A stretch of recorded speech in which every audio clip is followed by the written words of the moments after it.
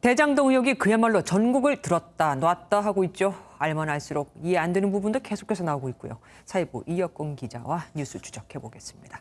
이 기자, 성남도공 본부장이었던 유동규 씨 구속 상태에서 그러니까 조사를 받은 거죠? 네, 맞습니다. 대장동 사업에 대해서 먼저 설명을 좀 드려야 될 것 같은데요. 이 사업은 표면적으로는 민과 관이 함께 개발하는 형태로 진행이 됐습니다. 여기서 민은 화천대유이고 관은 성남시가 되겠죠. 유 씨는 성남시가 100% 출자한 성남도공의 실권자, 즉 관청의 실무를 담당했던 사람이기 때문에 파장이 더 커질 전망입니다. 구속영장에 유 씨가 뇌물을 받은 것도 적시가 돼 있던데요. 네, 정확하게 하면 배임과 뇌물 두 가지 혐의가 들어갔습니다. 유 씨는 수천억 원의 배임과 8억 원의 뇌물 혐의로 구속이 됐습니다. 뇌물 혐의는 화천대유의 대주주 김만배 씨에게 5억 원, 위례신도시 개발 사업자 정모 씨에게 3억 원을 받았다는 건데요.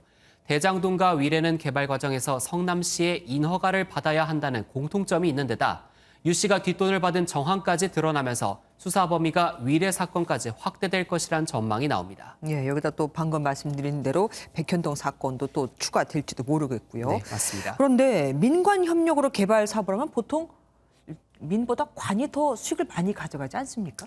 맞는 지적이신데 대장동 사업에선 전혀 그렇지가 않았습니다. 그렇죠. 화천대유가 가져간 수익이 4,040억 원인데 비해 성남시가 가져간 수익은 1,830억 원에 불과한데요. 성남도공이 이번 사업에선 민간의 초과 이익을 환수하는 조항을 쏙 뺐기 때문에 민간에서 그야말로 돈잔치를 벌이게 되는 상황이 벌어졌습니다. 예, 납득하기 참 어렵습니다. 대장동 사업은 이재명 지사가 본인이 설계했다고 계속해서 자랑해왔던 사업 아닙니까? 당시 성남시장이었던 이재명 경기지사의 말을 먼저 들어보시죠. 사실 이 설계는 제가 한 겁니다. 유동규 사장이 이제 실무자로 당시에 도시주택공사 이 담당 임원이었죠. 이 지사는 유 씨가 구속이 되자 직원 관리를 제대로 못했다. 살피고 또 살폈지만 부족했다며 고개를 숙였습니다. 다만 구속된 유 씨의 개인적 일탈이라고 선을 그었습니다.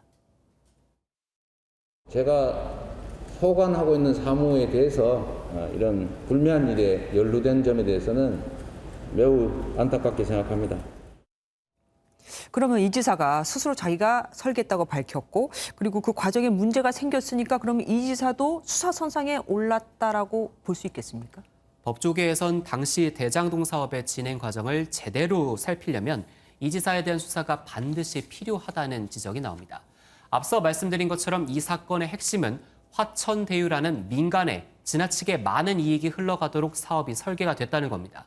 이 설계에 이 지사가 개입을 하고 승인했다면 배임 혐의를 받을 수 있습니다. 100만 원짜리 보도블록 까는 것도 결제 하나하나 다 본인이 한다고 말을 했었기 때문에 사람들이 의구심을 갖는 겁니다.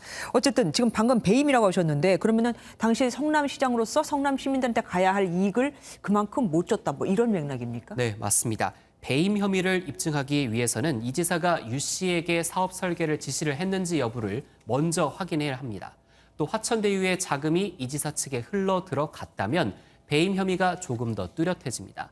대장동 사업 설계가 어떤 경로로 누구에게까지 보고됐느냐, 또 이 과정에 돈이 오갔느냐가 수사의 핵심 쟁점이 될 전망입니다. 네. 다만 보고나 지시 관계가 드러나지 않고 이 지사 측으로 뒷돈이 흘러간 정황도 포착되지 않으면 이 지사에 대한 혐의 적용은 쉽지 않을 것이란 전망도 나옵니다. 예, 대장동 사업으로 성남시에 배당된 돈으로 재난연대자금이라고 해서 지역 화폐를 지급한 것도 논란이 되고 있더라고요. 어쨌든 대장동 주민들 입장에서는 본인들한테 와야 할 이익을 또 여러 명이 나눈 셈이 되니까요.